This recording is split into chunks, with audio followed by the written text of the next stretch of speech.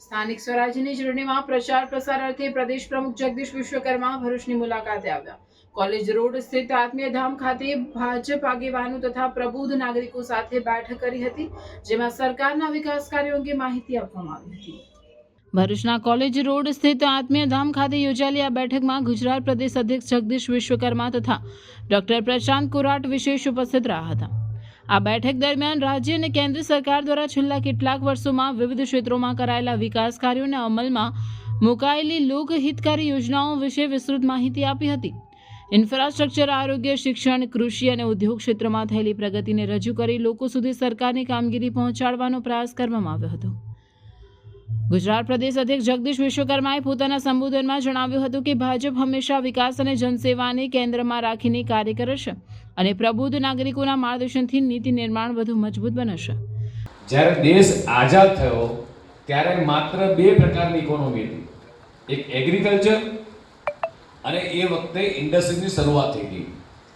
આજે લગભગ 8 ઇકોનોમી ઉપર ભારત એ વર્ક કરી રહ્યું છે.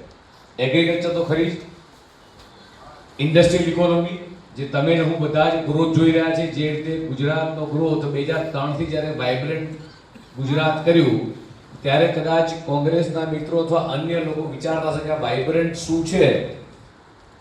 વાઇબ્રન્ટ નામ જ્યારે પડ્યું ત્યારે કદાચ લોકોને ખબર કે વાઇબ્રન્ટ ગુજરાત એટલે શું. ત્યારે કદાચ એક આવા જ હોલની અંદર એક વાઇબ્રન્ટની શરૂઆત થઈ અને એ વખતે વાઇબ્રન્ટ જ્યારે શરૂ થયું ત્યારે ઘણા ઇન્ડસ્ટ્રીઝના મિત્રો એ વાઇબ્રન્ટની અંદર હતા. આ બેઠકમાં ભરૂચના સાંસદ મનસુખભાઈ વસાવા, જિલ્લા ભાજપ પ્રમુખ પ્રકાશભાઈ મોદી, ધારાસભ્ય રમેશભાઈ મિસ્ત્રી, અંકલેશ્વરના ધારાસભ્ય ઈશ્વરસિંહ પટેલ, વાગરાના ધારાસભ્ય અરુણસિંહ રાણા, જંબુસરના ધારાસભ્ય ડીકે સ્વામી, ભાજપ મહામંત્રી જિગ્નેશભાઈ મિસ્ત્રી તેમજ પૂર્વ ધારાસભ્ય દુષ્યંતભાઈ પટેલ સહિત અનેક અગ્રણીઓ હાજર રહ્યા હતા.